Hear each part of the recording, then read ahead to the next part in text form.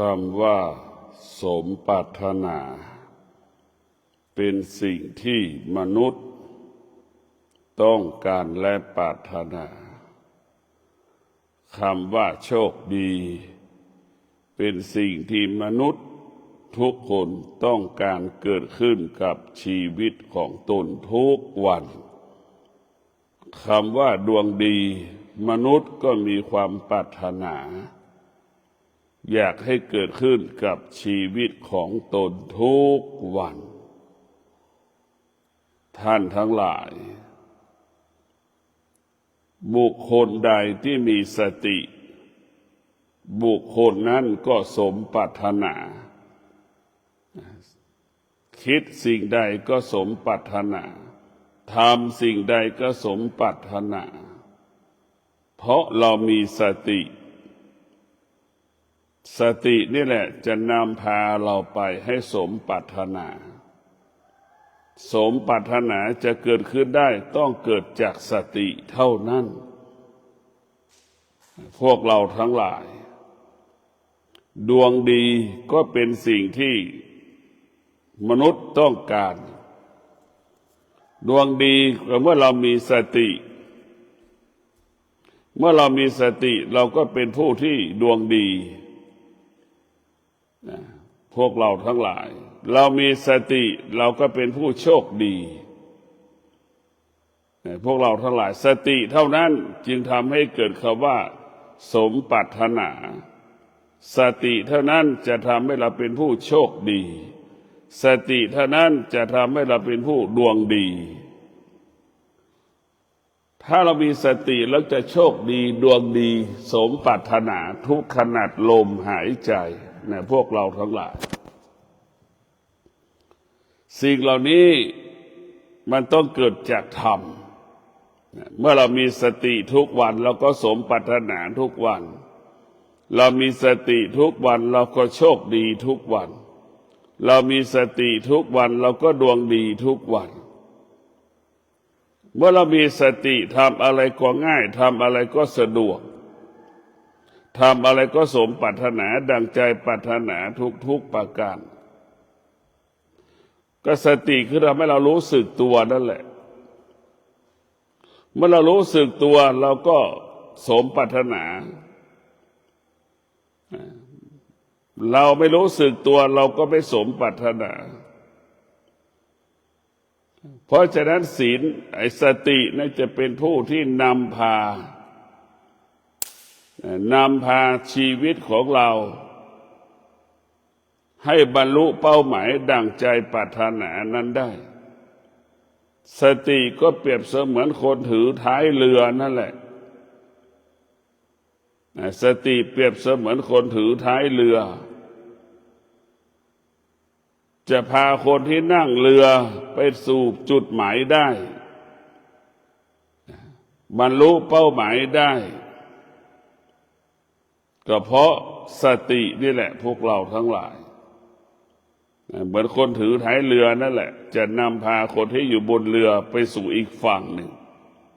เมื่อเรามีสติเราก็จะมีความว่าไม่ประมาทเมื่อเรามีสติแล้วคำว่าไม่ประมาทก็ไม่เกิดเมื่อเรามีสติมันจึงเกิดคำว่ามั่นคงเมื่อเรามีสติมันจึงเกิดคำว่าสำเร็จเมื่อเรามีสติจึงเกิดคำว่าปลอดภัยเมื่อเรามีสติมันจึงเกิดคำว่าบรรลุเป้าหมายพวกเราทั้งหลายตัวสตินี่สำคัญที่สุดแค่คำเดียวแต่มันเป็นประโยชน์มันเกินประโยชน์มันมีอุปการะคุณมากมายมหาศาลนะครับว่าสติคำว่าสติได้จะทำให้ชีวิตเรามั่นคงก็เพราะเรามีสติ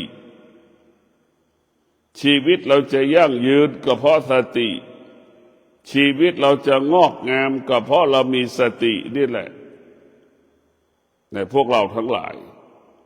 ตัวสติได้จะทำให้เรานั้นคิดดีพูดดีทำดีตัวสติจะทำเราคิดดีพูดดีทำดี ทำตามความเป็นจริงทำความจริงให้ปรากฏนั่นแหละคือตัวสติทำตามความเป็นจริงทำความจริงให้ปรากฏดังพระพุทธเจ้าได้เป็นพุทธเจ้าก็เพราะตัวสตินี่แหละทำให้พุทธเจ้าค้นพบธรรม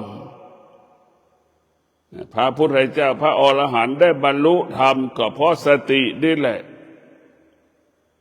พวกเราทั้งหลายสติก็ทำให้เราตื่นรู้ตลอดเวลาตื่นรู้ตื่นรู้ตื่นรู้พวกเราที่มีสติเนี่ยมันจะทำแต่คำว่าความดีทำสิ่งที่ดีสิ่งที่เป็นประโยชน์แก่ตนเองและบุคคลอื่น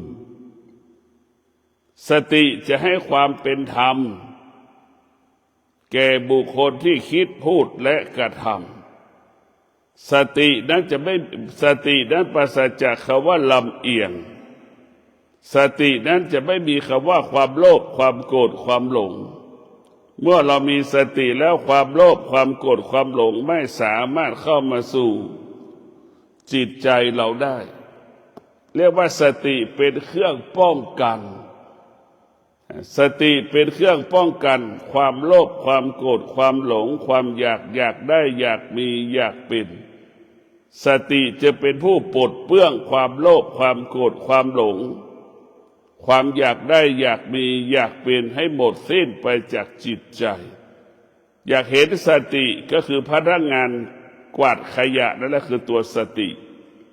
ความโลภความโกรธความหลงความอยากกิเลสตัณหาราคะก็เหมือนขยะนั่นแหละพวกเราทั้งหลายและเหมือนขยะสติก็เหมือนคนกวาดขยะทุกวันเก็บทุกวันนั่นแหละกิเลสตัณหาราคะก็เหมือนขยะความโลภความโกรธความหลงก็เหมือนขยะนั่นแหละเนี่ยคนขยะเก็บขยะทุกวันมันก็สะอาดทุกวันทุกวันทุกวันเห็นไหมอันนั้นแหละคือตัวสติก็เป็นเช่นนั้นนะพวกเราทั้งหลาย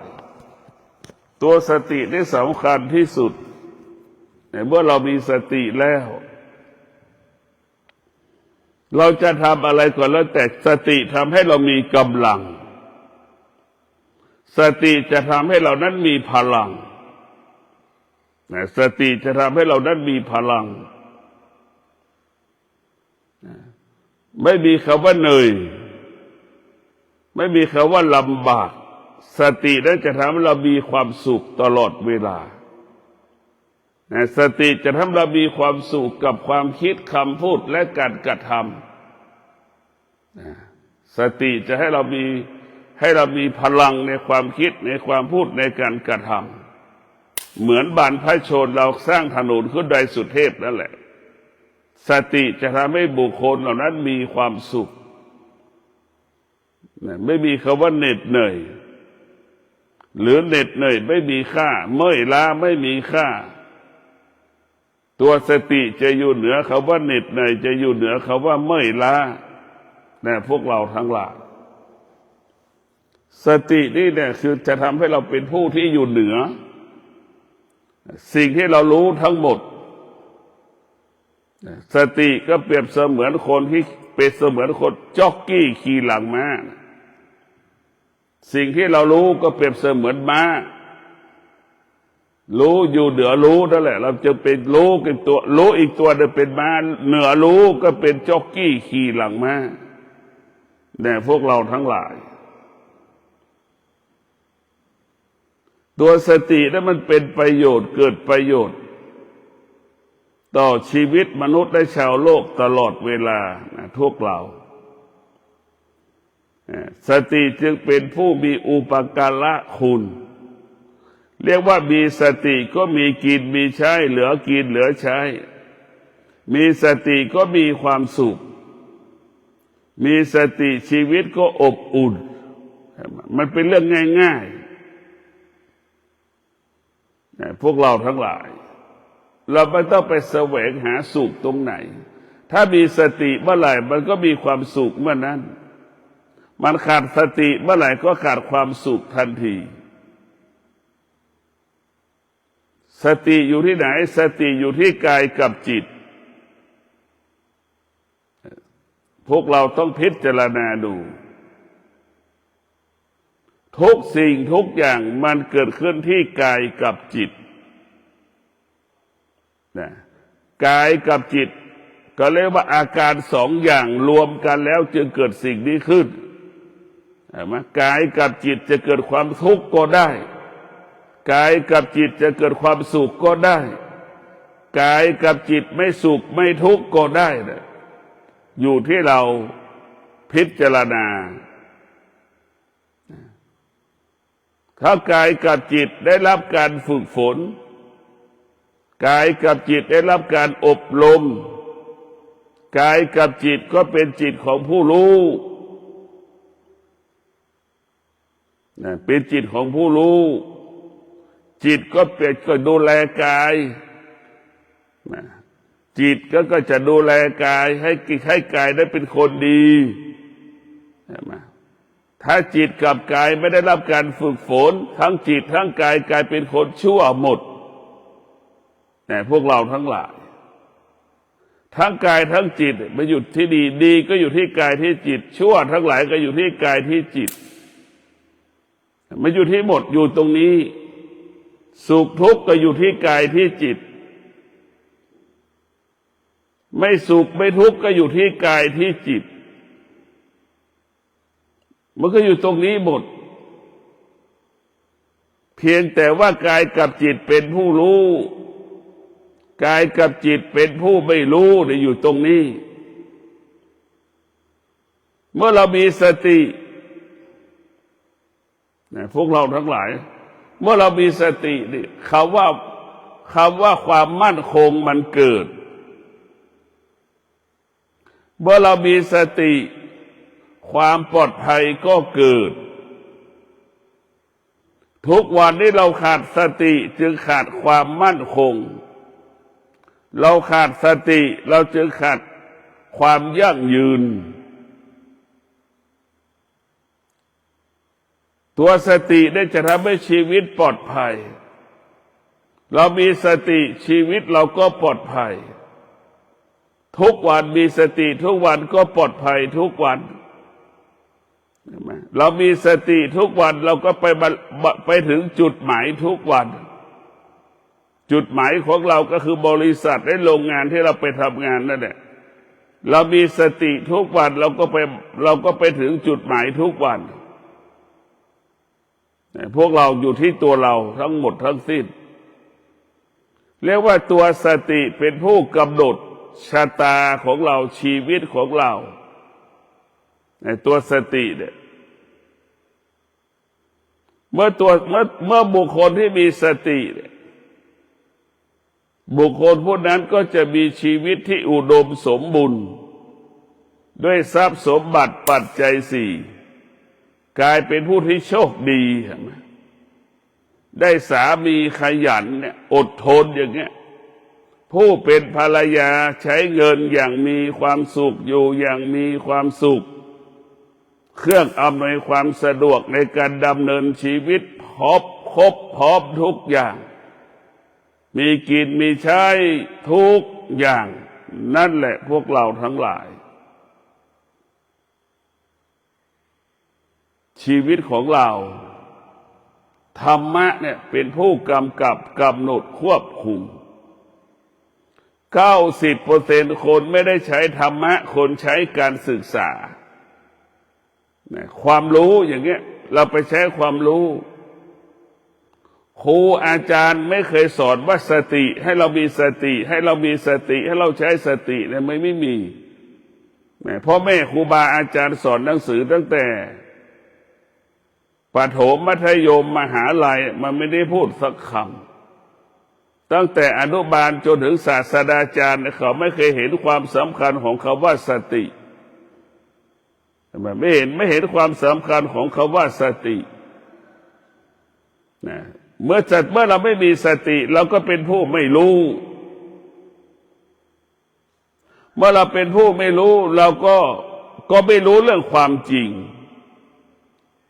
ไม่รู้เรื่องความจริงเราก็ตกอยู่ใต้อำนาจความไม่เป็นจริง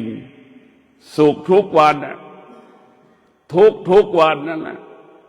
ไม่พอใจในสุขไม่พอใจในทุกวันนะชีวิตเราก็เวียนว่ายตายเกิดกับสุขกับทุกข์เห็นไหม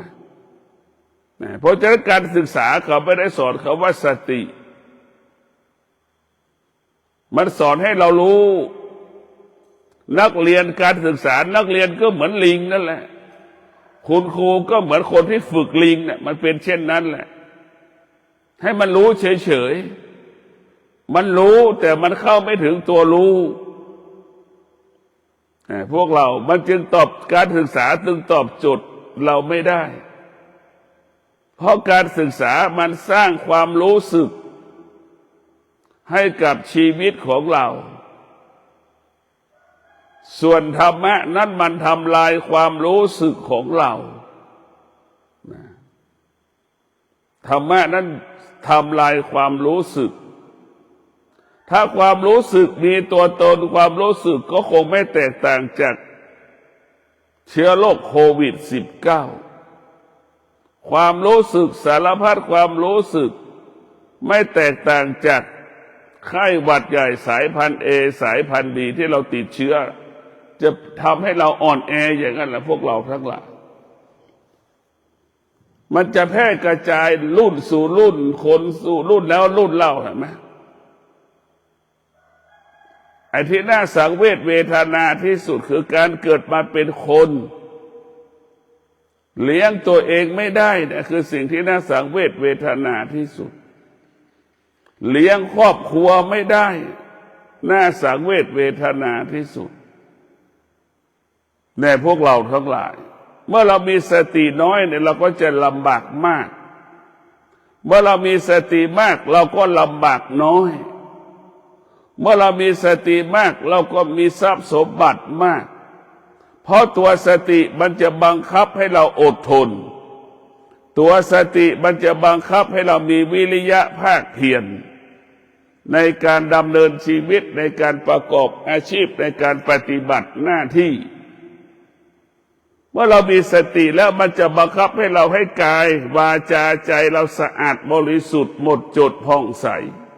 ทุกวันเรียกว่าเราจะปฏิบัติหน้าที่อะไรสะอาดบริสุทธิ์หมดจดผ่องใสกายกรรมวจีกรรมมโนกรรมสะอาดบริสุทธิ์กายบริสุทธิ์ใจบริสุทธิ์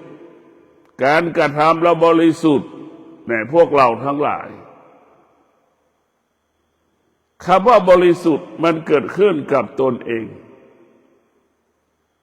ในพวกเราทั้งหลายคำว่าบริสุทธิ์มันเกิดขึ้นในเมื่อเรามีสติเราจะเป็นคนบริสุทธิ์ถ้าเราขาดสติเราจะเป็นผู้ที่ไม่บริสุทธิ์ไปลักเล็กขโมยน้อยของเขาไปเบียดเบียนทรัพย์สมบัติของเขาคิดว่าเขาไม่รู้นั่นแหละเขาไม่รู้แต่เรารู้นะพวกเราทั้งหลายเราเป็นมนุษย์เราจะรู้โดยธรรมชาติของมันทำดีเราก็รู้ทำไม่ดีเราก็รู้เป็นธรรมชาติจะทำดีที่รับที่แจ้งทำชั่วที่รับที่แจ้งกลางคืนกลางวันเราก็รู้อยู่แก่ใจแต่พวกเราต้องมีสติรู้เรื่องความจริงก่อนเมื่อเราอยู่กับสติเราจะเห็นความจริงเห็นความจริงความจริงมีตั้งหลายระดับความจริงเบื้องต้นก็คือสุขเหล่านั้นสุขจากวัตถุสิ่งของสุขเหล่านั้นเกิดจากบุคคลสุขขั้นที่สองก็คือสุขนั้นไม่มีตัวตนไม่สุขนั้นไม่มีวัตถุสิ่งของสุขนั้นเกิดจากการภาวนาเบื้องต้นสุขเกิดจากศีลอันที่สองความสุขเกิดจากศีลเกิดจากสมาธิในพวกเราทั้งหลายอันที่หนึ่งเกิดจากศีลอันที่สองความสุขเกิดจากสมาธิอันที่สามความสุขเกิดจากปัญญาความเป็นอิสระภาพด้วยปัญญาทุกวันนี้เราไม่มีโอกาสได้เป็นอิสระภาพหรอกเพราะเรามีเมียมีผัวเราจะเป็นอิสระภาพไม่ได้เพราะเรามีลูกเราจะเป็นอิสระภาพไม่ได้แต่พวกเราทั้งหลาย บุคคลที่มีครอบครัวมีสามีมีภรรยามีลูกไม่ต้องปรารถนาจะเป็นนิพพานหรอกมันเป็นไปไม่ได้มันเป็นไปไม่ได้ที่เราจะไปนิพพานเพราะเรายังมีภาระอยู่ยังมีเมียอยู่ยังมีผัวอยู่ยังมีลูกอยู่จะอยู่ได้ยังไงมันไปไม่ได้มันยังติดอยู่หัวก็เหมือนคอกขังเราไว้อยู่ลูกก็เหมือนคอกขังเราไว้อยู่มันออกไม่ได้จิตเราจะไม่อิสระพวกเราทั้งหลายพระพุทธเจ้าก็ไม่ได้สรรเสริญให้คนไปนิพพานหรอกแต่พระพุทธเจ้าสรรเสริญให้คนมีชีวิตแต่ละวันให้กายสะอาดจิตบริสุทธิ์ให้กายวาจาสะอาดบริสุทธิ์หมดจดผ่องใสทุกวันทุกวันทุกวันทุกวันอันนี้แหละพระพุทธเจ้าสิ่งพระพุทธเจ้าสั่งสรรเสริญเหมือนมรรค8นั่นแหละให้กายวาจาใจเราสะอาดบริสุทธิ์หมดจดผ่องใสทุกวันทุกวันทุกวันแล้วมันจะไปเองถ้าเราหมดจดผ่องใสทุกวันทุกวันทุกวันคำว่านิพพานมันก็จะไปเองคำว่าหลุดพ้นมันก็จะเกิดขึ้นเองถ้าตลับได้กายวาจาใจเราไม่สะอาดไม่บริสุทธิ์ไม่หมดจดผ่องใสนี่มันไม่มีโอกาสที่จะไปเข้าสู่พื้นที่โลกุตละธรรมได้มรรคผลนิพพานได้แต่พวกเราพระพุทธเจ้าสรรเสริญให้กายวาจาใจเราสะอาดหมดจดผ่องใสทุกวันทุกวันทุกวันดังคำว่ามรรค8นั่นแหละได้ไหมมรรค8มันก็บอกให้เราบริสุทธิ์กายบริสุทธิ์วาจาบริสุทธิ์ใจบริสุทธิ์กายหมดจดใจหมดจดเห็นไหมกายวาจาใจหมดจดบริสุทธิ์ทุกวันทุกวันทุกวันทุกวันจนถึงที่สุดมันก็เหมือนน้ำกลายเป็นก้อนน้ำแข็งนั่นแหละเบื้องต้นกายวาจาใจเราเป็นน้ำอยู่เราค่อยๆสะสมน้ำสะอาดสะอาดพอเป็นน้ำแข็งมันจะใสเห็นไหมนั่นแหละจิตเราถ้าเราสะสมความว่าบริสุทธิ์หมดจดผ่องใสในการดำเนินชีวิตในการปฏิบัติหน้าที่เวลาจะคิดก็สะอาดบริสุทธิ์หมดใจใสเวลาจะพูดก็สะอาดบริสุทธิ์หมดผ่องใสจะประกอบอาชีพไปใดก็แล้วแต่มันสะอาดบริสุทธิ์หมดจดผ่องใสนั่นแหละอันนี้แหละมันแค่นี้ปัจจุบันให้เราเป็นเช่นนี้ปัจจุบันให้เป็นเช่นนี้เห็นไหมเราไปดูมรรค8มันเรื่องการดำเนินชีวิตของชาวโลกทั้งสิ้นแต่มีข้อแม้ว่าให้มาบริสุทธิ์หมดจดผ่องใสอันนี้แหละคือสำคัญที่สุดคำว่าสะอาดบริสุทธิ์หมดจดผ่องใสก็ประกอบไปด้วยศีลสมาธิปัญญาชอบทั้งหลาย8ชอบชอบนั่นแหละประกอบไปด้วยศีลสมาธิปัญญาจึงเกิดคำว่าชอบที่บริสุทธิ์ชอบที่หมดจดผ่องใสนั่นเป็นชอบแห่งธรรมชอบของมนุษย์มีความโลภมีความโกรธมีความหลงมันไม่สะอาดมันไม่บริสุทธิ์มันเป็นสิ่งที่เปื้อนในพวกเราทั้งหลายตัวสตินี่แหละพวกเรากายเราสะอาดด้วยสติวาจาเราสะอาดด้วยสติใจเรากับกายวาจาใจเราสะอาดด้วยสติทั้งสิ้นสติก็เหมือนลูกจ้างที่ถูบ้านทุกวันนั่นแหละกายเราก็เหมือนบ้านเนี่ยให้มันสะอาดทุกวันเป็นแบบนั้นแหละพวกเราทั้งหลายมันเป็นทุกวันนะเราจะดูได้สติเราเนี่ยก็เหมือนถ้วยที่เรากินน่ะหม้อแกงที่เราทำอาหารเราต้องล้างทุกวันหม้อถึงสะอาดถ้วยถึงสะอาดกายเราก็เป็นเช่นนั้นแหละพวกเราทั้งหลายสติก็เหมือนผู้ที่ล้างถ้วยเห็นไหมกายเราสะอาดเหมือนถ้วยที่ถูกล้างแล้วพวกเราทั้งหลายสติของเราเนี่ยมันจะหยุดยั้งความคิดเป็นเหตุให้เกิดความโลภความโกรธความหลงเนี่ยสติมันจะปลดเปลื้องความคิดออกไปจากสมองเราให้สมองเรานี่มันเบาสบายโล่งโปร่ง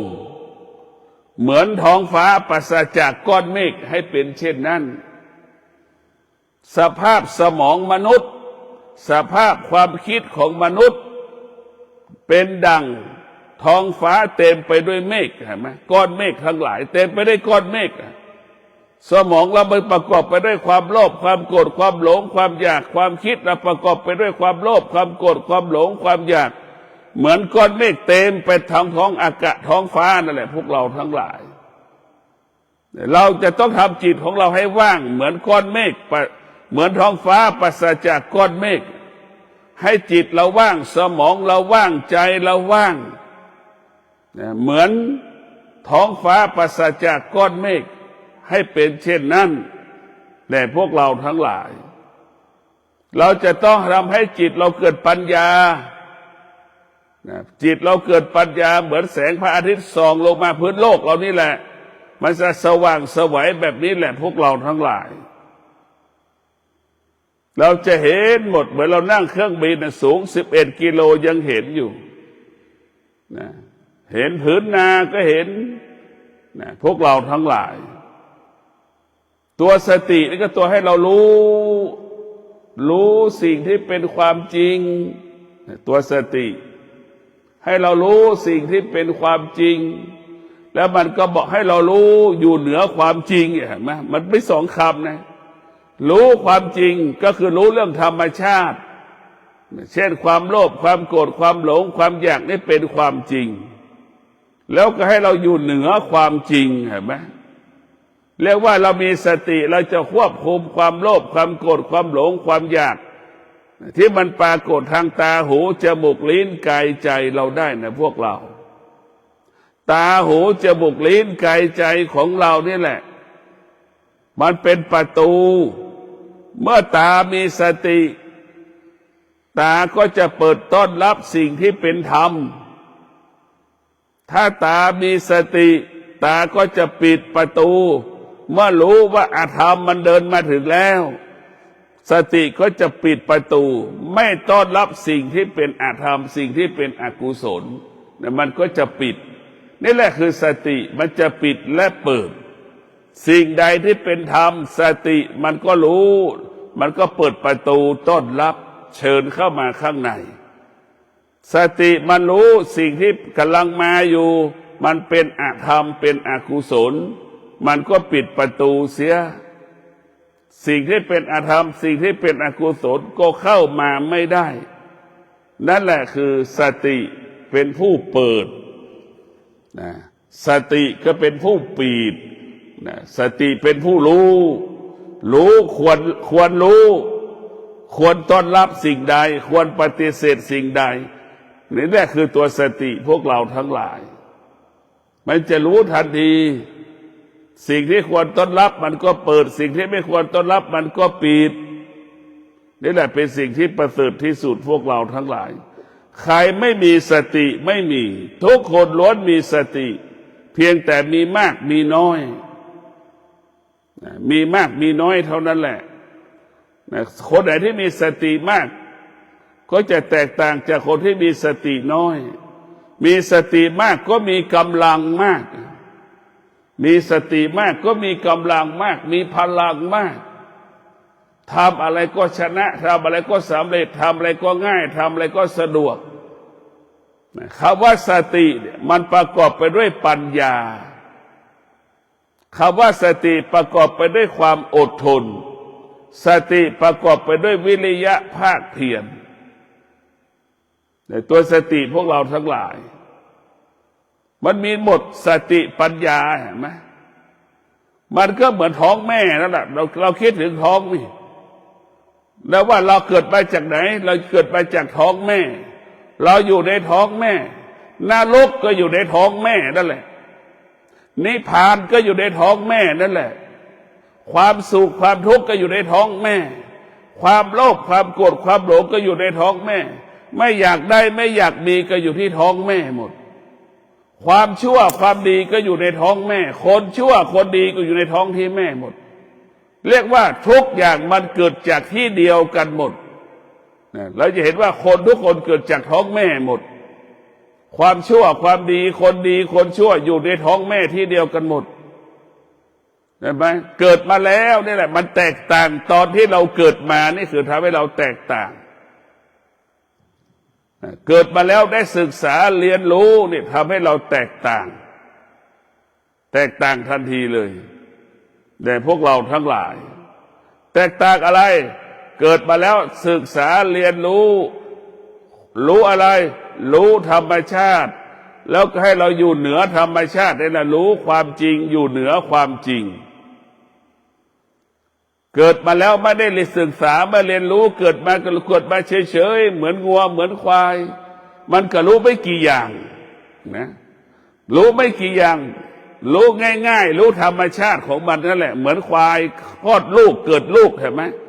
แม่ควายก็พูดภาษาไม่ได้ลูกควายก็พูดภาษาไม่ได้แต่ทำไมลูกควายจึงรู้ว่านมแม่อยู่ตรงไหนล่ะทำไมเราต้องพิจารณาดูทำไมลูกควายจึงรู้ว่านมแม่ไปอยู่ตรงไหน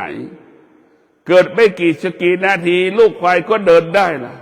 พอเดินได้ก็หานมกินเลยเห็นไหมมันรู้ได้อย่างไงนั่นแหละคนที่เกิดมาไม่ได้ฝึกฝนจิตมันก็เป็นสภาพสัญชาตญาณเหมือนงัวเหมือนควายรู้อย่างนั้นแหละพัฒนาไม่ได้จะเป็นถ้าพัฒนาได้ก็มีแค่อย่างลูกควายนะพวกเราทั้งหลายแต่คนที่เกิดมาแล้วได้รับการพัฒนาก็เหมือนคนทั่วไปนี่นะรู้ร้อนรู้หนาวรู้ว่าฝนตกก็อยู่ในร่มอย่างเงี้ยรู้ว่าหนาวก็จะหาผ้าห่มมาเสื้อผ้ามาห่มให้มันเกิดความให้ร่างกายอบอุ่นนี่แหละพวกเราทั้งหลายอันนี้คือร่างกายของผู้รู้จะรู้อย่างนี้แต่มันรู้เรื่องขั้นพื้นฐานของมนุษย์มันยังไม่รู้เรื่องธรรมะ99%มนุษย์รู้เรื่องแต่ธรรมะไม่รู้เรื่อง99%มนุษย์รู้เรื่องธรรมชาติแต่ไม่รู้เรื่องธรรมะทุกวันนี้ธรรมชาติเป็นผู้เบียดเบียนชีวิตเราทุกวันนี้ธรรมชาติเป็นผู้ควบคุมชีวิตเราหมดเราไม่ได้เอาธรรมะมาควบคุมเราไม่ได้เอาธรรมะมาควบคุมเราไม่ได้เอาธรรมชาติมาควบคุมทุกวันนี้ธรรมชาติมีบทบาทต่อชีวิตของเราทุกอย่างเป็นเรื่องของความคิดเป็นเรื่องของความคิดเป็นเรื่องของความโลภความโกรธความหลงความเกลียดความชังความรักความใคร่เกิดจากความคิดทั้งสิ้นแต่ถ้าเรามีสตินั้นมันจะหยุดซึ่งความคิดมันจะเหลือแต่สิ่งที่ไม่เบียดเบียนความคิดนั้นจะไม่เบียดเบียนชีวิตเราอนาคตของเราในพวกเราทั้งหลายทุกวันนี้ธรรมชาติมันเป็นผู้บงการชีวิตเราหมดอยากได้อยากมีอยากเป็นเพื่อนทำงานไม่ทำนะกลับไปลักเล็กขโมยน้อยทรัพย์สมบัติของเขาเห็นไหมอันนี้แหละคือมันเป็นเรื่องผิดธรรมชาติเห็นไหมเขาหาไม่หาเขาทำงานไม่ทำงานกลับไปลักเล็กขโมยน้อยของคนอื่นเอาของคนอื่นมาเป็นของตนในพวกเราทั้งหลายแต่มาถึงเป็นเช่นนี้มันถึงเป็นแบบนี้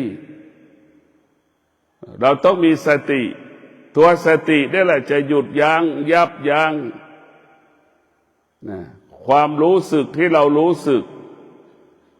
บุคคลใดก็แล้วแต่ที่มีสติบุคคลนั้นก็จะสร้างสรรค์ชีวิตพัฒนาชีวิตก็ปลอดภัยชีวิตก็มั่นคงในพวกเราทั้งหลายบุคคลที่มีสติกินก็มีความสุขอยู่ก็มีความสุขอยู่ก็มีความสุขนอนก็มีความสุขตื่นก็มีความสุขนี่คือสติมันจะทำให้เรานั้นเกิดความสุขตลอดเวลาเพราะสติอยู่กับความดีสติอยู่กับความจริงส่วนจิตนั้นอยู่กับความไม่เป็นจริงเป็นโจรก็ได้เห็นไหมเป็นผู้ชายขายตัวก็ได้ลักเล็กขโมยน้อยก็ได้เป็นคนชั่วก็ได้นั่นคือจิตเป็นคนดีก็ได้นั่นคือจิตมันแปลสภาพไปอยู่กับ สังคมปัญหาต่างๆได้ทุกอย่างในพวกเราทั้งหลายส่วนสตินั้นอยู่กับความเป็นจริงแล้วว่าสติอยู่กับธรรมสติอยู่กับธรรมสติจะอยู่เหนือธรรมชาติสติจะแยกออกจากธรรมชาติสติจะไปอยู่กับธรรมสตินั้นจะไปอยู่กับธรรมในพวกเราทั้งหลายบุคคลที่มีสติทำงานประสบความสำเร็จทุกวันบุคคลที่ขาดสติทำงานออกมาแต่ละครั้งแต่ละวันไม่เป็นที่ถูกตาถูกใจเจ้านายเนี่ยมีตำหนิเมื่อเราขาดสติการงานเราก็จะไม่ดีไม่ละเอียดไม่สุขุมไม่รอบคอบทำให้งานเสียหายทำให้งานมีตำหนิให้เขาตำหนิการทำงานของเราได้แต่พวกเราทั้งหลายตัวสติจะเป็นผู้ที่ส่งเสริมพัฒนาชีวิตของเราเราจะเห็นได้ว่าคนที่มีสติกับคนที่ขาดสติย่อมแตกต่างกันดังเช่นแม่มีสติพ่อมีสติส่วนลูกมันขาดสติตลอดเวลาเห็นไหมลูกขอเงินพ่อแม่ใช้ตลอดเวลาลูกขาดสติก็เบียดเบียนพ่อแม่ลูกที่มีสติก็จะช่วยเหลือเกื้อกูลพ่อแม่ลูกที่มีสติจะไม่ขอเงินพ่อแม่ใช้ลูกที่ขาดสติขอเงินพ่อแม่ใช้อยู่ตลอดเวลาลูกที่มีสติแคร์ความรู้สึกพ่อแม่อะไรจะทำให้แม่ทุกข์ใจไม่สบายใจลูกที่มีสติจะไม่ทำลูกที่ขาดสติมันไม่สนใจความรู้สึกพ่อแม่จะร้องไห้เสียใจไม่เกิดความรู้สึกใดๆไม่สงสารพ่อแม่มันแตกต่างกันนะสติอยู่กับความจริงจะทำความดีกับแม่ทุกวันทำความดีกับพ่อทุกวันลูกที่มีสตินี่แหละสติเท่านั้นที่จะรักษาจิตเราให้เกิดคำว่าเป็นคนดีคิดดีพูดดีทำดีก็คือสติสติก็เปรียบเสมือนแม่กำกับลูกให้คิดดีพูดดีทำดีลูกก็เปรียบเสมือนจิตนั่นแหละสติก็เปรียบเหมือนแม่เหมือนสติจะบังคับจิตให้คิดดีพูดดีทำดีเช่นเดียวกับแม่ก็บอกให้ลูกนั้นคิดดีพูดดีทำดีด้วยสติถ้าลูกมีสติก็จะเป็นคิดดีพูดดีทำดีถ้าลูกคนไหนขาดสติคิดไม่ดีพูดไม่ดีทำสิ่งที่ไม่ดีติดคุกติดตารางประสบปัญหาตำรวจจับนี่แหละพวกเราทั้งหลายขอให้ท่านทั้งหลายมีสติในการดำเนินชีวิตขอให้ท่านทั้งหลายมีสติในการประกอบอาชีพปฏิบัติหน้าที่จะสำเร็จสมปรารถนาโชคดีดวงดีด้วยเรามีสติโชคดีดวงดีด้วยสติเมื่อเรามีสติจะเป็นผู้โชคดีตลอดกาลเมื่อเรามีสติเราจะเป็นผู้ที่ดวงดีตลอดกาลเมื่อเรามีสติเราจะสมปรารถนาตลอดกาลขอเจริญพร